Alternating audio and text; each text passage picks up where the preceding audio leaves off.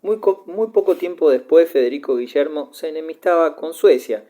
Bien o mal, Polonia hubo de reconocer su plena soberanía sobre la Prusia Oriental. Pronto, el elector sería también dueño de la Pomerania sueca. En el momento de pactar alianza con Carlos Gustavo, trató de justificarse ante la opinión pública, arguyendo que los polacos habían cometido el crimen de aliarse con los infieles tártaros y que él debía pagar una deuda de gratitud hacia los suecos, salvadores del protestantismo y de las libertades alemanas. Cuando le convino, el príncipe elector pintó a los suecos como enemigos de estas mismas libertades y a Polonia como el baluarte cristiano. Por la paz de Oliva en 1660 devolvió la Pomerania sueca.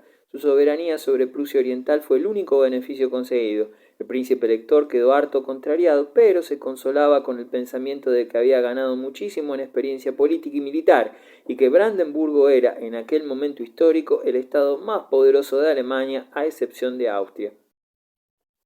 El gran elector, el príncipe y sus súbditos. En noviembre de 1670, Eusebio von Brandt, embajador de Federico Guillermo en Varsovia, recibía la visita del coronel Christian Luis de Clarkstein. Este era uno de los jefes de la nobleza prusiana en lucha contra su nuevo monarca. Defendía abiertamente la unión de Prusia Oriental con Polonia, ilusión fundamental de los polacos. Von Brandt tenía la misión de detener al coronel y conducirlo fuera de Polonia, y cuando vio a Clarkstein meterse en la boca del lobo, el embajador no daba crédito a sus ojos. La suerte le ofrecía la mejor oportunidad. Brandt hizo una discreta señal a su criado. Luego, en medio de la conversación, las puertas se abrieron y un grupo de soldados del príncipe elector, ocultos en la embajada, esperando ocasión favorable, se abalanzaron. En un minuto, Clarkstein se halló atado, amordazado y metido dentro de una carroza. Un soldado sentóse junto al cautivo. El cochero manejó el látigo y el coche partió veloz hacia la Prusia Oriental. Se trataba de un verdadero rapto, de un flagrante atentado contra el derecho de gentes. El ambiente se hizo tan hostil a von Brandt que prefirió emprender la fuga. Para librarse de sospechas, el elector hizo comparecer a su embajador ante un tribunal. Todo ello pura comedia. Von Brandt fue indultado en el acto. En cuanto a Clarkstein, acabó en el cadalso. El príncipe quiso dar un ejemplo. Aunque dramático, el asunto Clarkstein solo representó un simple episodio en la prolongada lucha de Federico Guillermo contra las representaciones populares en Brandenburgo, Prusia, Klebs y otras regiones sometidas a su autoridad. Federico Guillermo reconocía de buena gana que las alianzas son muy útiles, pero los recursos personales lo son todavía más. Son cosas con las que se puede contar. Por el contrario, un príncipe sin dinero y sin gente no es respetado por nadie. El príncipe elector se sabía rodeado de vecinos que a la primera ocasión lo despojarían sin vacilaciones de sus territorios recién adquiridos. En consecuencia, después de la firma del Tratado de Oliva, mantuvo en pie de guerra una parte importante del nuevo ejército. El gran problema estribaba en mantener estas tropas. Como los demás príncipes alemanes, Federico Guillermo no era de hecho sino un gran terrateniente que vivía de sus posiciones personales.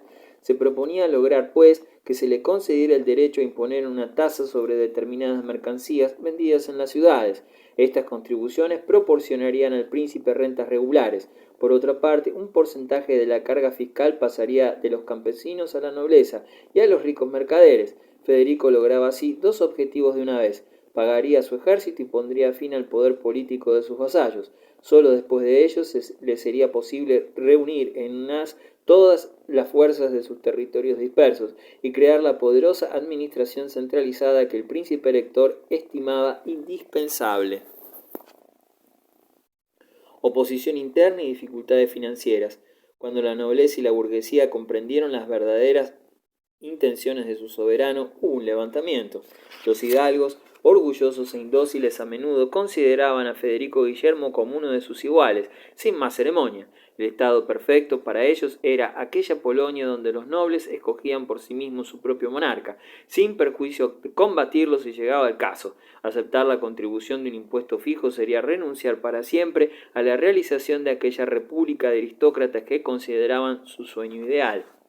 Entre la burguesía las opiniones se hallaban divididas. Solo se opusieron resueltamente a la reforma fiscal los ricos patricios de Königsberg, celosos de los amplios derechos y privilegios concedidos a los burgueses de la ciudad germano-polaca de Danzig, y fueron cabeza de la oposición en Prusia Oriental.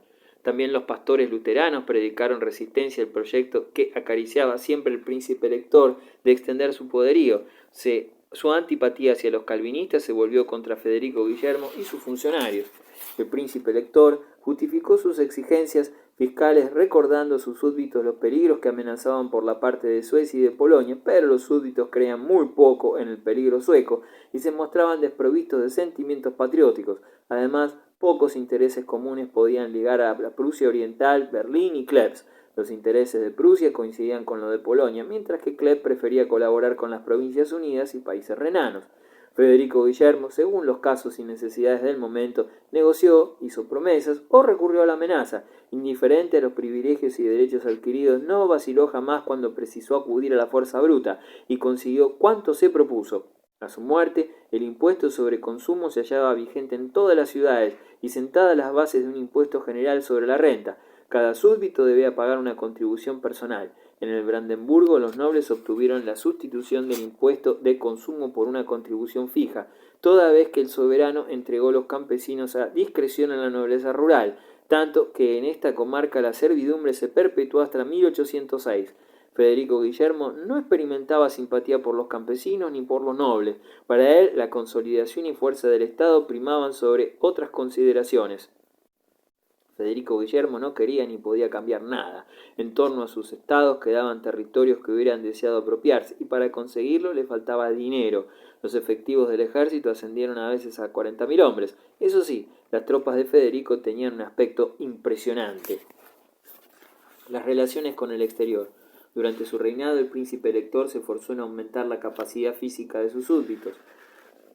Para desarrollar la agricultura hizo venir técnicos suizos y holandeses, abrió las puertas a la inmigración judía para estimular la actividad comercial. Asimismo, tras la revocación del Edicto de Nantes, 1685, aceptado en Prusia multitud de hugonotes franceses que crearon nuevas industrias. De todos modos, estas empresas no alcanzarían importancia hasta después de la muerte de Federico Guillermo. El príncipe elector dedicóse ante todo a desarrollar el comercio y la navegación entre el Oder y el Spree.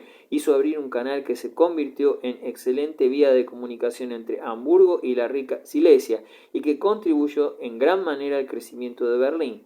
Recordando su estancia en Holanda, Federico Guillermo soñaba con ofrendar a su país la supremacía marítima en el Báltico, y de ahí sus enérgicas tentativas para conseguir colonias y crear una potente flota de guerra. A partir de 1680, Federico Guillermo, con la ayuda de un tal Benjamin Raule, armador holandés establecido en Brandenburgo, fundó una pequeña colonia en África, en el Golfo de Guinea, pero solo sacó de ella un flaco provecho. El primer buque que se envió al litoral africano trajo un poco de oro, con el que se acuñó moneda. Una vez terminada la operación, calcularon que había costado doble de lo que valía el oro. Indígenas y holandeses hicieron la vida imposible a los escasos colonos alemanes que allí se establecieron. Por último, en 1721 los holandeses se apoderaron de la pequeña colonia africana de Federico Guillermo. Al propio tiempo, la flota creada por Benjamin Raule tuvo breve existencia. Su éxito más destacado fue la captura, en tiempos de paz, de un buque de guerra español en el puerto de Ostende. Federico Guillermo justificó la empresa pretendiendo que los españoles le debían aún algunos subsidios. Pese a su política poco escrupulosa, logró un notable desarrollo de las ciencias en su país, en comparación con otros de su época. Este príncipe era bastante liberal y tolerante. A tal respecto, ningún detalle mejor que su proyecto de crear la Universidad Internacional, que le sugirió el cultísimo e imaginativo varón sueco Brent Schitte hacia 1660. Su intención era crear en Berlín una universidad donde los mayores sabios del mundo acudieran a enseñar en completa libertad.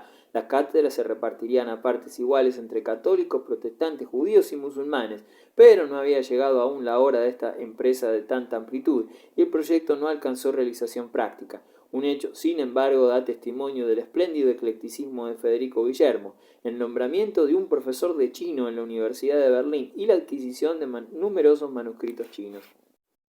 Diplomacia y guerra. Cuando Luis XIV trató de realizar sus vastos proyectos, alarmó a los europeos. Preferiría, decía Federico Guillermo en 1661, estar bajo la protección de los turcos que servir a los franceses.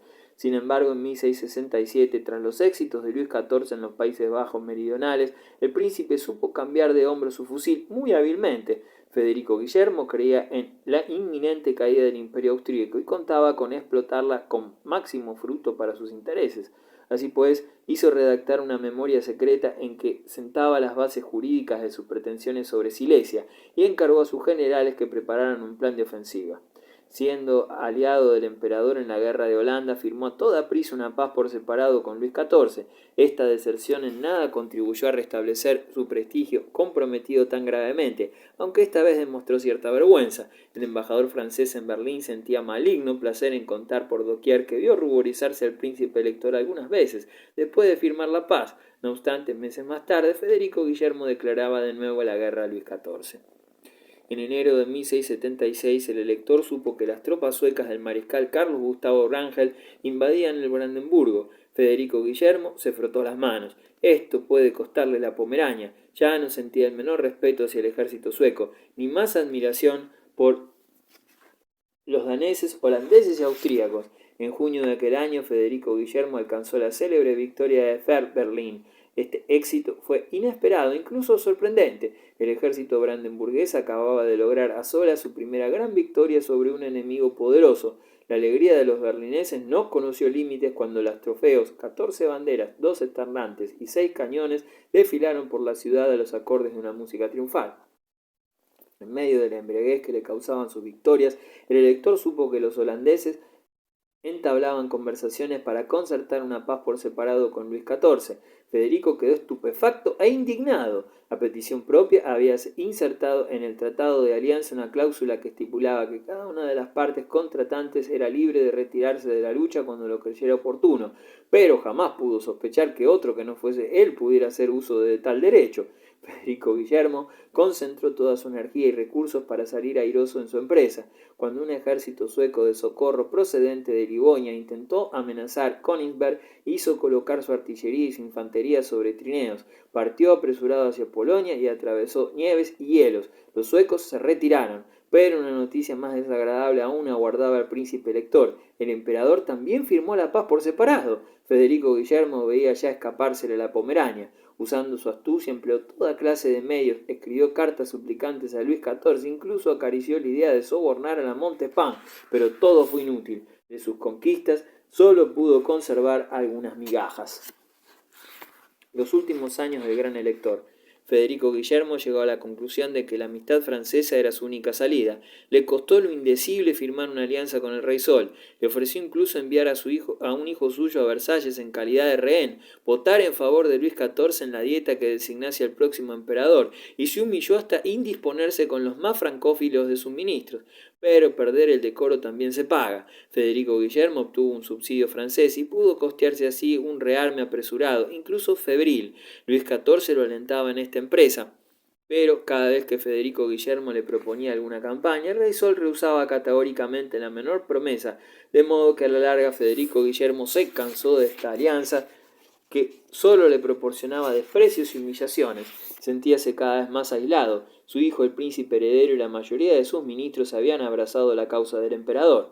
Cuando en 1685 el católico Jacobo II subió al trono de Inglaterra, el golpe más rudo para la causa evangélica desde los comienzos de la Reforma, según Federico, y Luis XIV revocaba el edicto de Nantes de exigir toda la herencia del reino español y abrigar la intención de proponer la candidatura de su hijo para la corona imperial, jugó que llegaba el momento de pasarse al campo antifrancés y anticatólico. Durante sus últimos años, Federico Guillermo quiso redimirse de muchos pecados políticos, convirtiéndose en el campeón de la libertad de conciencia y de la tolerancia. Su primera reacción ante la revocación del edicto de Nantes fue la de acoger con hostilidad a los hugonotes franceses y procurar entablar amistad con el emperador. Luego firmó alianza con Suecia, sacrificando Pomerania, la comarca preferida en aras de la Unión Evangélica.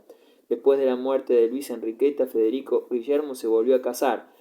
Dorotea de Holstein-Glücksburg representaría en la historia el tipo clásico de la madrastra, consiguiendo para cada uno de sus 5 hijos de Dorotea el título de duque, aunque con poderes políticos limitados. A la muerte de Federico Guillermo en 1688, el nuevo príncipe elector Federico III se apresuró a declarar esta cláusula nula y sin valor alguno, salvando así la obra política de su padre.